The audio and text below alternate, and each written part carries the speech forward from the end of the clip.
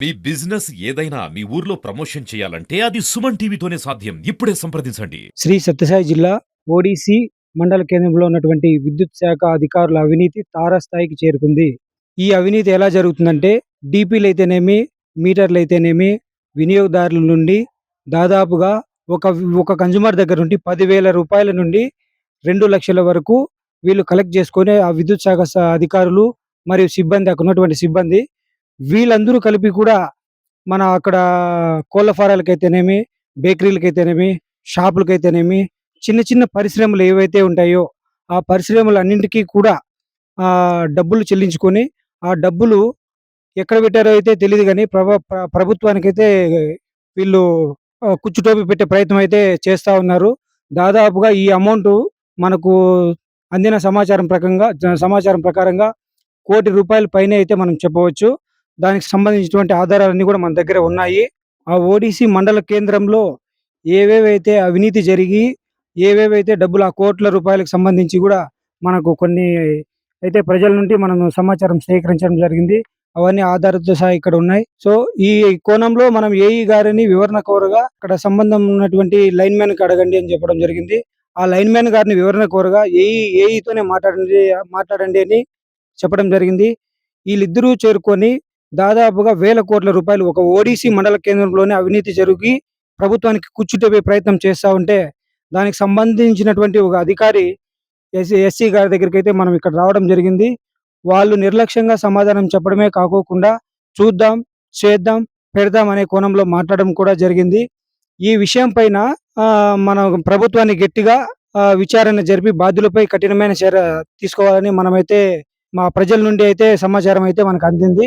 So, ఈ విద్యుత్ అధికారులు ఏ విధంగా ప్రజల్ని మభ్యపెట్టి మోసాలు చేస్తారంటే, ఒక కోణంలో చెప్పాలంటే ఒక ₹10,000 డబ్బులు అడుగుతారు. మీటర్లు ఇస్తామని చెప్తారు. దాదాపుగా ఈ 6 నెలలు గాని, సంవత్సరం గాని మీటర్లు ఇవ్వడు. డబ్బులు కట్టినారా? డబ్బులు ఇప్పుడు ఫోన్ చేసి చెప్తా. ఎంత కట్టినారమ్మా? దానికి 12,000 కట్టాం. దానికి దీనికి 2 మీటర్లకు నిమిషానికి. ఇంకో కోణంలో అయితే డీపీలకి ₹2,00,000 అడుగుతారు. ఆ ₹2,00,000లో ₹1,00,000 ఒకసారి తీసుకుంటారు. మరో ₹1,00,000 అది వచ్చిన తర్వాత ఇయ్యండి అని చెప్తారు.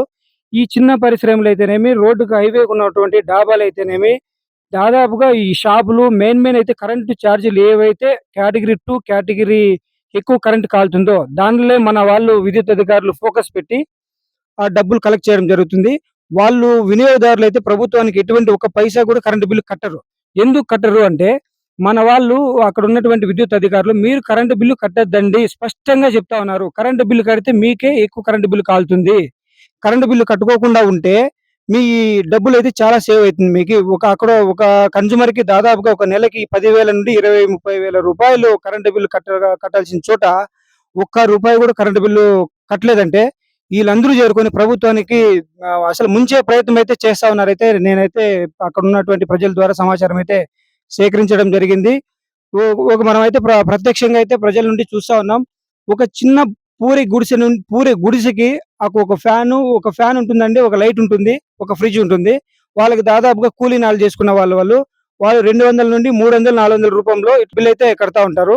ఒక నెల 2 నెలలు డ్యూ అయితే వాళ్ళని మీటర్లు కట్ చేసి వైర్లు కూడా తీసుకోపోయే సందర్భంలో మన విద్యుత్ అధికారులు చేస్తా ఉంటారు మామూలుగా రెగ్యులర్ గా. అయితే ఈ చిన్న చిన్న పరిశ్రమలు అయితేనేమి, పెద్ద పెద్ద కోళ్ల ఫారాలు అయితేనేమి, షాపులకైతేనేమి, కేటగిరీ 2 ఉన్నటువంటి చాలా వాటికి దాదాపుగా 100 నుండి 150 పైచిలుకున్నటువంటి ఈ ఓడిసి మండల కేంద్రంలో వీళ్ళకి ఫర్ మంత్ కి దాదాపుగా ₹50,00,000 కుచ్చుటోపి పెట్టే ప్రయత్నం అయితే చేస్తున్నారు మన అధికారులు. దీనిపైన విద్యుత్ శాఖ అధికారుల పైన ప్రభుత్వం వెంటనే చర్యలు తీసుకోవాలని అక్కడ ఉన్నటువంటి స్థానిక ప్రజలు కోరుకుంటా ఉన్నారు.